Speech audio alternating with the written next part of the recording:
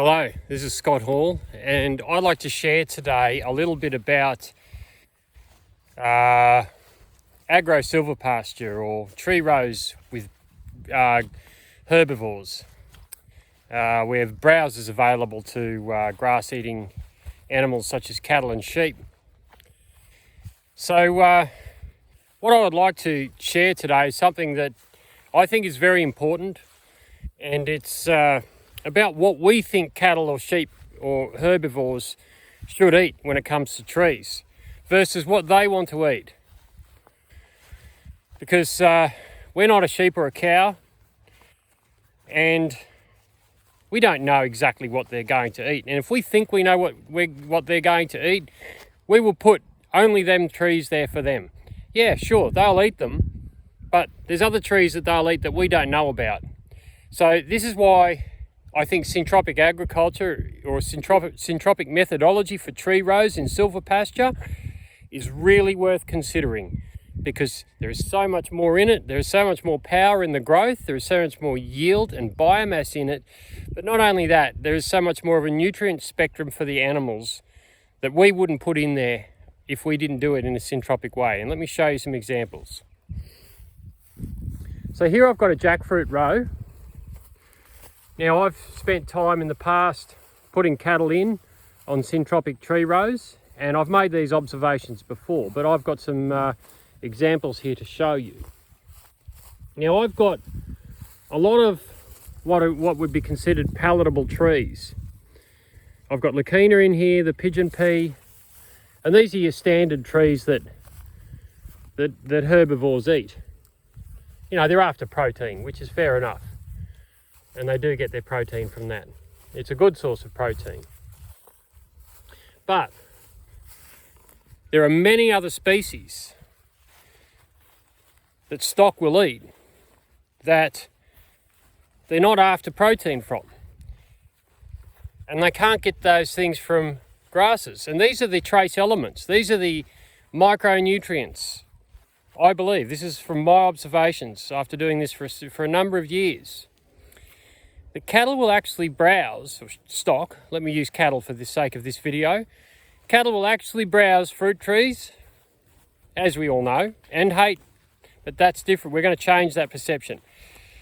And they'll eat all sorts of other trees.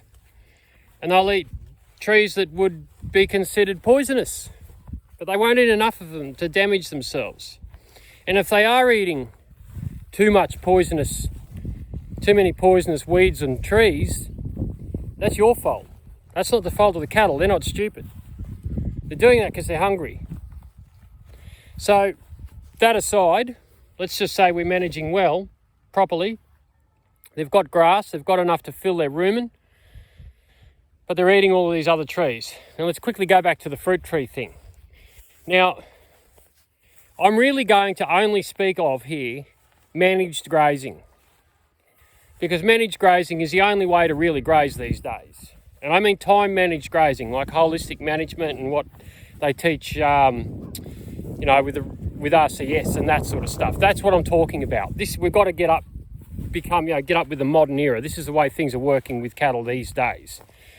So I'm speaking in these terms. So with time managed grazing, holistically managed grazing, whatever you want to call it, the animals are in a paddock for a planned period of time. And this means that they don't overbrowse any of the trees, nor do they overgraze any of the grass plants. So yes, they will eat some fruit trees while they're in that paddock for that amount of time, but they won't damage the fruit tree. As a matter of fact, they will help the fruit tree because it's a service prune. But that's a little bit more syntropic technical stuff, which I won't go into now, but it's beneficial. Now here's an example I want to show you. We have a young jackfruit row. It's only beginning, and it's in the depths of winter. It looks poor, but things are going well. The castor oil's looking fantastic.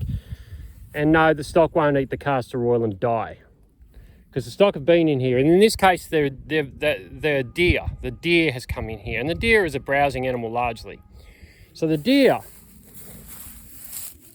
have eaten off all of the eucalypt, but they haven't touched the pigeon pea, which is a lovely high protein legume. They haven't touched the leucaena, a well-known fodder tree. The deer are getting what they need from the eucalypt.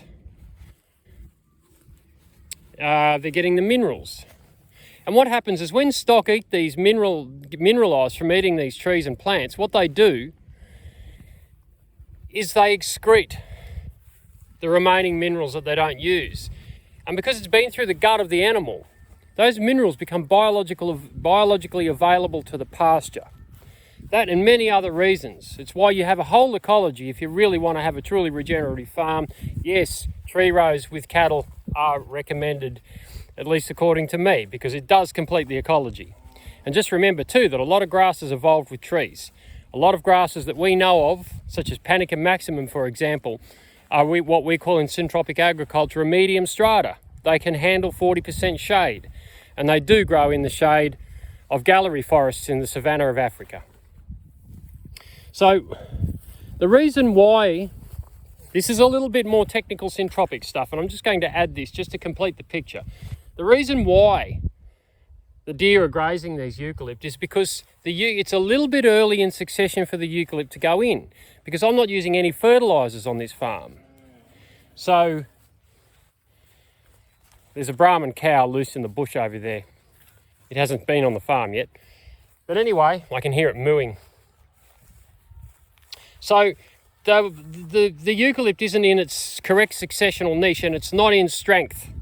And that's why the wallabies browse off all the land care plantings.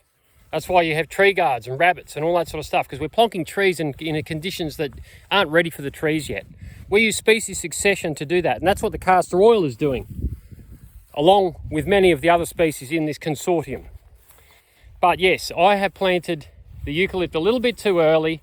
They're not at full strength and they're not defending themselves properly.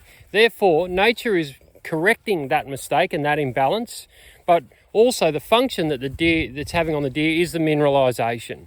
So there's a little bit there to help share where we're moving with tree rows and stock, where regenerative agriculture is moving to, these new insights we're learning, and how we're getting better every day at regenerative agriculture, agroecology, and moving towards a full ecological process on our farm instead of an input-based style of farming. It's a management-based style of farming.